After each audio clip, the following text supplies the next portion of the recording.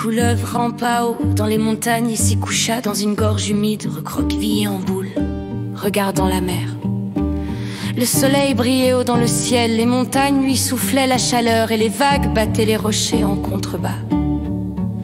Et le long de la gorge, dans l'obscurité et les embruns, le ruisseau se précipita vers la mer, faisant trembler les rochers.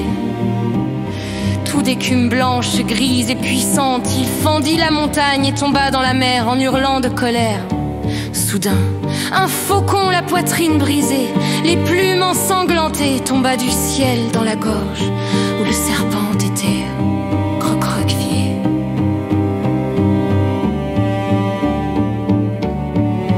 Avec un cri bref, il tomba au sol et de rage impuissante se frappa la poitrine contre la pierre dure. Le serpent prit peur, s'éloigna rapidement en rampant, mais réalisa bientôt qu'il ne lui restait que 2 ou 3 minutes à vivre. Il se rapprocha de l'oiseau brisé et siffla droit dans ses yeux. « Quoi? Tu es en train de mourir? »« Oui, je meurs !» répondit le faucon en prenant une grande inspiration. « J'ai bien vécu! Je connais le bonheur! Je me suis battu courageusement. J'ai vu le ciel, tu ne le verras pas d'aussi près. » Oh, pauvre créature.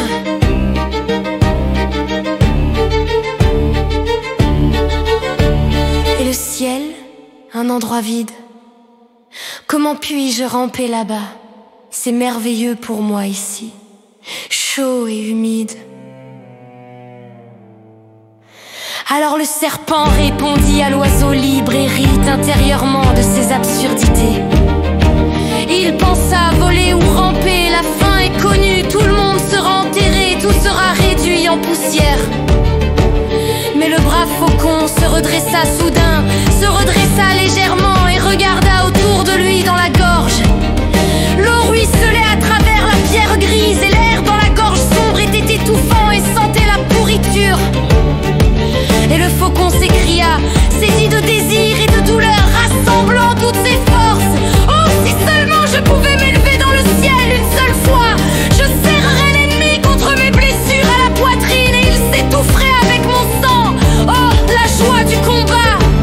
Et le serpent pensa, ça doit être vraiment agréable de vivre dans le ciel puisqu'il gémit ainsi. Et il suggéra à l'oiseau libre, et toi, avance jusqu'au bord du ravin et jette-toi en bas. Peut-être que tes ailes te soulèveront et que tu vivras un peu plus longtemps dans ton élément.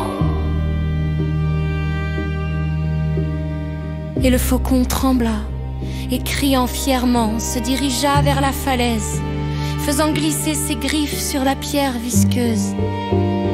Et il s'approcha, déploya ses ailes, soupira de toutes ses forces, lança des éclairs et roula au sol. Et lui-même, tel une pierre, glissant le long des rochers, tomba rapidement, brisant ses ailes et perdant ses plumes. Une vague du ruisseau l'emporta et lavant son sang le revêtit d'écume et l'emporta vers la mer. Et les vagues de la mer, avec un grondement lugubre, battirent la pierre. Et le cadavre de l'oiseau disparut dans l'espace marune. Gisant dans le ravin, il pensait depuis longtemps à la mort de l'oiseau, à sa passion pour le ciel. Puis il regarda Holo.